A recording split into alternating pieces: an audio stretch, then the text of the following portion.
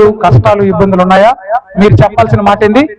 యెహోవా ఈరే, నా కష్టాలని, నా అవసరతల్ని దేవుడు చూసుకుంటాడు. మీరు అనారోగ్యంతో బాధపడుతున్నారా? జబ్బుతో బాధపడుతున్నారా? మీరు చేయాల్సిన ప్రార్థన ఏంటంటే యెహోవా రాఫా. ఏమని చెప్పాలి? యెహోవా రాఫా. మీ జీవితంలో ఒక భయంకరమైన యుద్ధ వాతావరణం ఉందా? ఒకటే కొట్లాట్లు, గొడవలు, రక్షలు, యుద్ధం. నేను దాన్ని జయించలేను అనుకుంటున్నావా? నువ్వు చెప్పాల్సిన మాట ఏంటంటే యెహోవా నిస్సి. ఏమని చెప్పాలి? యెహోవా నిస్సి. మన జీవితంలో ఆందోళన, భయం, అశాంతి, ఇబ్బంది, ఇరుకు అనిపించిందా? అలాంటి సందర్భంలో మీరు చెప్పాల్సిన మాట యెహోవా షలోం. యెహోవా షలోం. మీరు దారి తప్పిపోయి ఉన్నారా? దేవుని దగ్గర తిరిగి రాలేకున్నారా? కొన్ని ఇబ్బందుల చేత, కొన్ని చెడు కార్యముల చేత దేవుని సన్నిధిని చేరలేక అడవిలో తప్పిపోయిన గొర్రె పిల్ల వలె మీరు ఇబ్బందిలో భయపడుతున్నారా?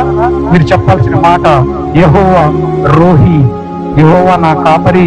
నేను ఎంత భయంకరమైన లోయలో ఉన్న ఆయన నన్ను రక్షించి మంచి మార్గాల్లోకి నడిపిస్తాడు. మీరు ఒంటరితనంతో బాధపడుతున్నారా? నా తరపున మాట్లాడే వాళ్ళు లేరు, నా తరపున పోట్లాడే వాళ్ళు ఎవరు లేరు, నా తరపున పోరాటం, యుద్ధం చేసే వాళ్ళు ఎవరు లేరు, మీరు బాధపడుతున్నారా? మీరు చెప్పాల్సిన మాట యెహోవా షమ్మా. ఏమని చెప్పాలి? యెహోవా షమ్మా. మీ పక్షాన పోరాడడానికి మీకు ఒక యుద్ధ యోధుడు కావాలా? యుద్ధ సైన్యాధ్యక్షుడు కావాలా? మీరు చెప్పాల్సిన మాట యెహోవా సబాయోత్. ఏమనాలి? యెహోవా సబాయోత్.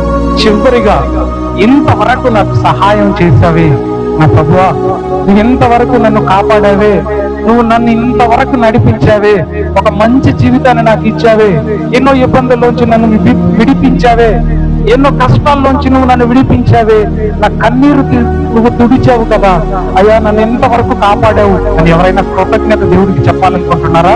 మీరు చెప్పాల్సిన మాట యెహోవా ఎబినేజరు. యెహోవా నీవు ఎబినేజరువి, ఇంతవరకు నువ్వు నాకు సహాయం చేశావు. ఆమేన్.